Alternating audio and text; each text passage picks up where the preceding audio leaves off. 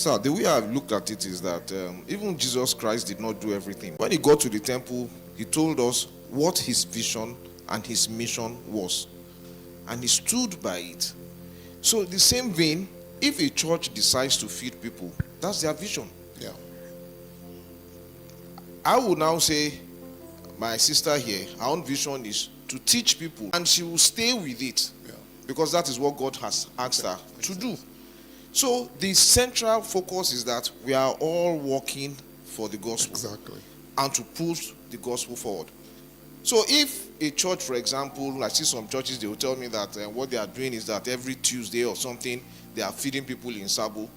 Well, that's what God has asked them to do. And God will prosper them if they are doing what they are supposed to do. Bishop Oyedepo will preach only prosperity.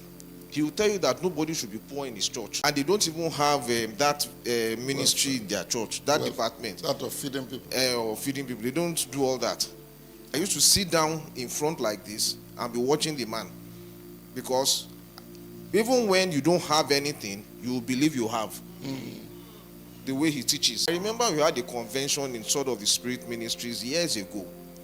And the three of them were there, Bishop Oyedepo, Daddy Gio, and this man. What's his name? And Oyedepo came there, preached prosperity and said, give your best. My brother-in-law who sat beside me took his wristwatch and put it in the offering basket. And then I said, my best is myself. Can I throw myself into that offering basket? I just said, okay, let them pass. I know how, in my spirit, I'm giving my best. When it came to the time of Daddy Gio just got up, he said, how many people want to go to heaven? Blah, blah, blah. And then he started preaching that people should give their lives. And people were crying and walking to the front.